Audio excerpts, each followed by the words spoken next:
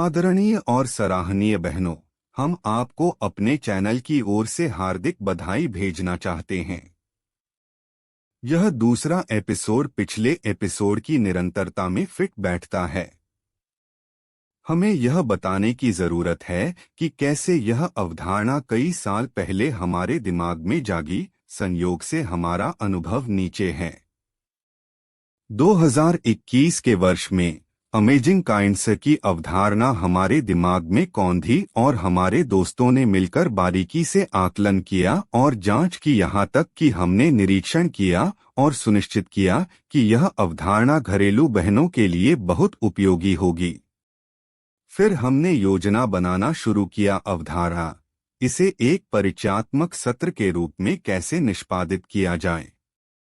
अवधारणा को स्थापित करने के लिए हमने पहले पेपर कट्स के साथ विज्ञापन दिया और क्षेत्र में वितरित किया, और हमने अपने क्षेत्र में घर की सभी बहनों और परिवार के सदस्यों से संपर्क किया जो पहले अवधारणा को आत्मसात करने के योग्य हैं। हमने विस्तार से बताया है, उपयोगिता के बारे में बताया, और इस तरह घर की बहनों को छोटी छोटी तकलीफों से गुजरना पड़ सकता है जो बहुत ही महत्वहीन हैं और अवधारणा के मूल्य को देखते हुए असुविधा नगण्य होगी।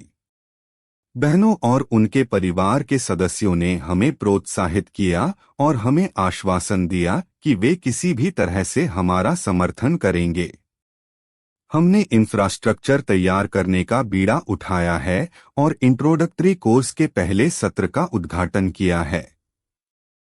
हमारी योजना के मुताबिक घर की बहनें साथ आईं और तब जाकर हमें घर की बहनों की परेशानी समझ में आई।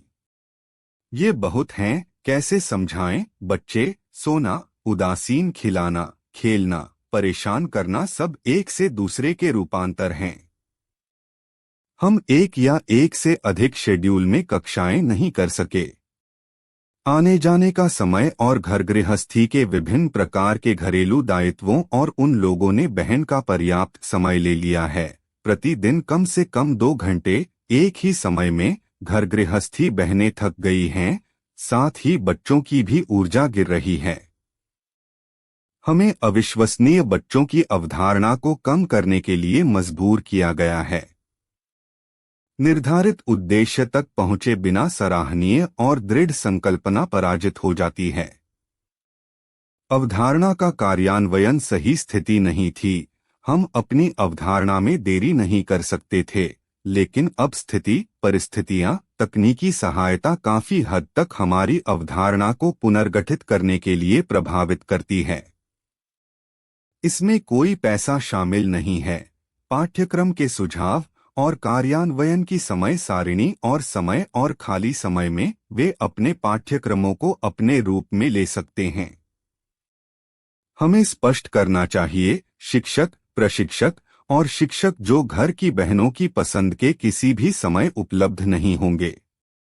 अब घर की बहनों के पास दैनिक घरेलू प्रतिबद्धताओं में शामिल होने के लिए बहुत समय होगा।